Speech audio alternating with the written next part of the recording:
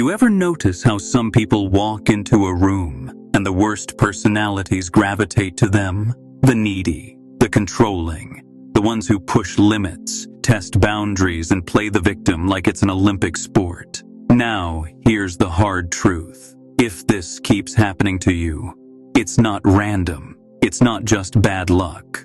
It's not because you're too nice. It's because something in you is broadcasting an open signal, not on purpose, but on repeat. And toxic people, they're tuned in. They can smell weakness the way a wolf smells blood.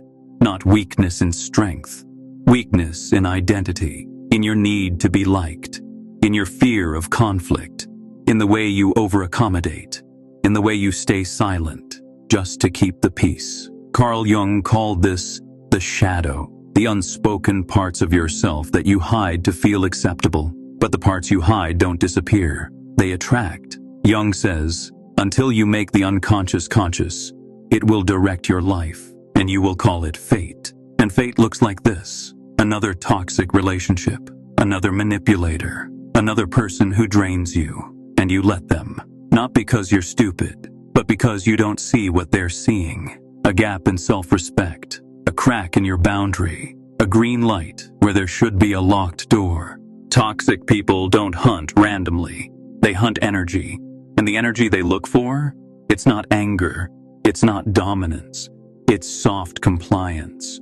The kind of energy that says, sure, whatever works for you, it's okay. I can deal with it. I don't want to make things awkward. They watch how you speak, how fast you say yes, how often you apologize when you didn't do anything wrong, how much space you give up just to avoid tension. And here's the part most people miss. You think you're being easygoing, but they see passivity. You think you're avoiding conflict. They see an opening. You think you're being polite. They see permission. Robert Glover says, you teach people how to treat you by what you tolerate. And if you've been over-accommodating your whole life, not setting boundaries, avoiding confrontation to be the nice guy, then you're not invisible. You're a magnet for every manipulative, energy-draining, guilt-weaponizing person in the room. And no, it's not your fault you were raised to be agreeable, to avoid conflict, to be good. But you have to see it for what it is. They're not drawn to your kindness. They're drawn to your lack of resistance. Because predators don't pick the strongest prey. They pick the one that doesn't run. Let's say this clearly. Toxic people aren't randomly drawn to you. They fit into something old, something unfinished. Gabor Maté calls it trauma bonding. Not because you love the pain, but because you recognize it. If you grew up in a home where love had to be earned, anger was dangerous, silence meant tension, being good was how you stayed safe, then you didn't learn boundaries. You learned survival. You didn't learn how to receive love. You learned how to manage people's moods. You became a peacekeeper, a fixer, a self-shrinker. And now, that same wiring still runs the show. So when a toxic person enters your life, they don't shock your system. They feel like home. Their chaos feels normal. Their guilt trips feel deserved. Their control feels like structure. And here's the most brutal part. You confuse safety with familiarity. So even when it hurts, even when it drains you, you stay. Because the part of you that needed love as a kid still thinks if you just try hard enough, you'll earn it this time. But you won't. Because they're not here to love you. They're here to feed off you. And unless you break that old programming, you'll keep replaying the same script with different faces. You're not stupid. You're not broken. But you are programmed by experience, by environment, by a history your mind never finished processing. So when someone enters your life and they're emotionally unpredictable, hot and cold, needy one moment, manipulative the next, you don't always run. Sometimes you lean in. Why? Because something deep inside says, this feels familiar, not good, not healthy, just known. And your nervous system would rather deal with the pain it recognizes than peace it doesn't trust. Carl Jung saw it clearly. What you do not bring to consciousness comes back as fate. So you don't just attract toxic people. You bond with them because they mirror something unresolved in you. The need to prove your worth, the fear of being abandoned, the instinct to fix what hurt you. And until you break that internal loyalty to the past, you'll keep calling the same dysfunction connection. But here's the twist. Toxic people aren't just charming. They're strategic. They sense what you're missing and offer it just long enough to hook you. Validation, attention, affection on a string. They're not showing you love. They're showing you leverage. And the more you're starved for approval, the easier it is to mistake breadcrumbs for a feast. Toxic people don't test everyone. They test the ones who let them. Not with permission, with patterns. They push, you shrink.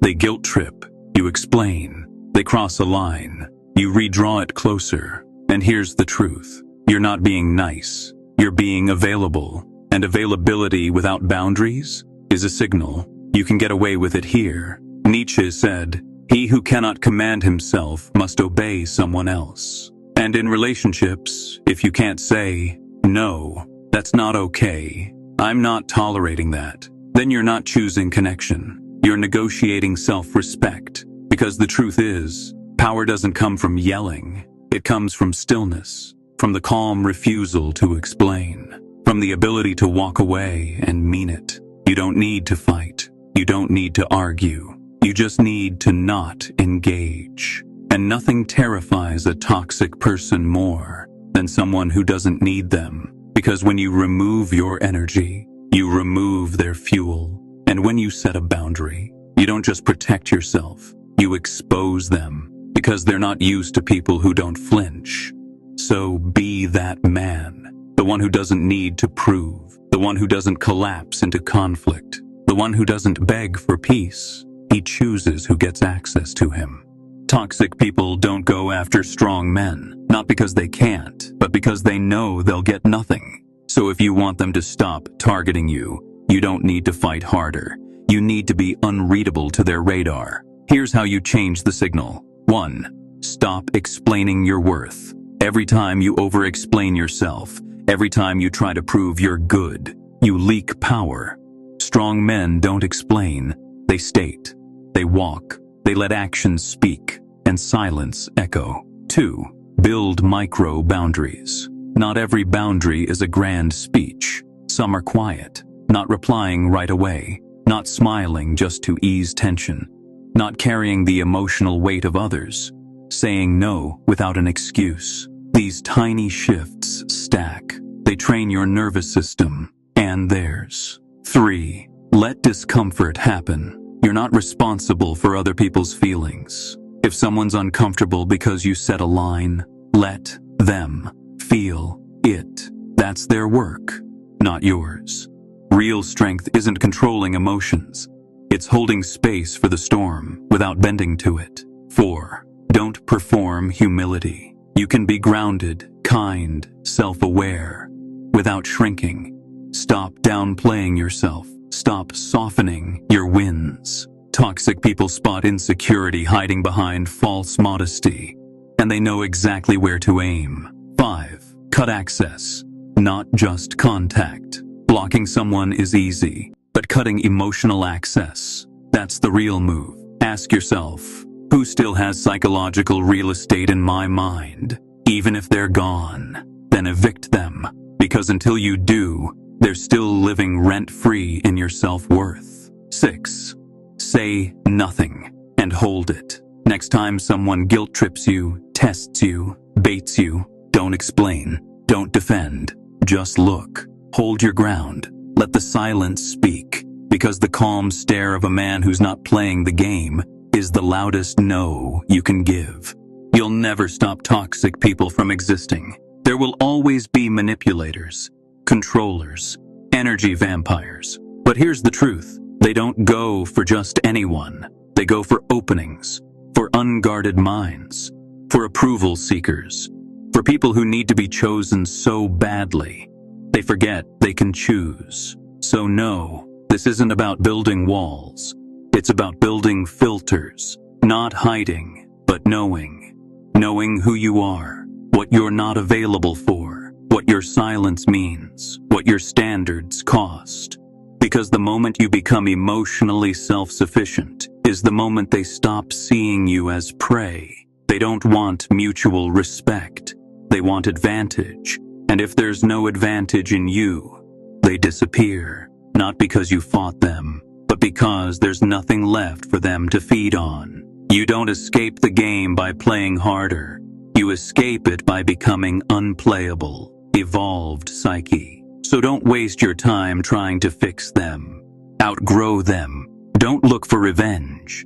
Build a version of you they can't even approach, because you've made peace with your darkness, and they can't weaponize what you've already owned. And when they show up again, let your silence say what words never could. Not this time. Not this version of me.